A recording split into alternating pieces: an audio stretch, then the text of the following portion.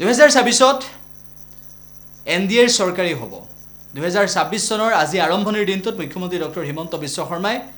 সাংবাদিকৰে মত বিনিময় এই অনুষ্ঠানত 2026 যে NDA চৰকাৰ গঠন কৰিব সেই কথা মুখ্যমন্ত্ৰী গৰাকীয়ে উল্লেখ কৰে 26 চনত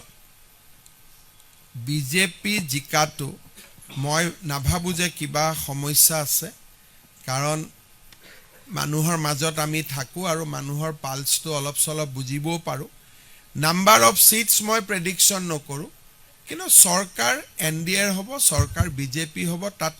মোৰ মনত কোনো সন্দেহ নাই 26 চনত বিজেপি জিকাটো মই নাভাবো যে কিবা সমস্যা আছে কাৰণ মানুহৰ মাজত আমি থাকো আৰু মানুহৰ পালছটো অলপ চলপ বুজিবও পাৰো নাম্বাৰ অফ সিটস মই প্ৰেডিকশন নকৰো কিন্তু সৰকাৰ এনডিএৰ হ'ব সৰকাৰ বিজেপি হ'ব তাত মোৰ মনত কোনো সন্দেহ নাই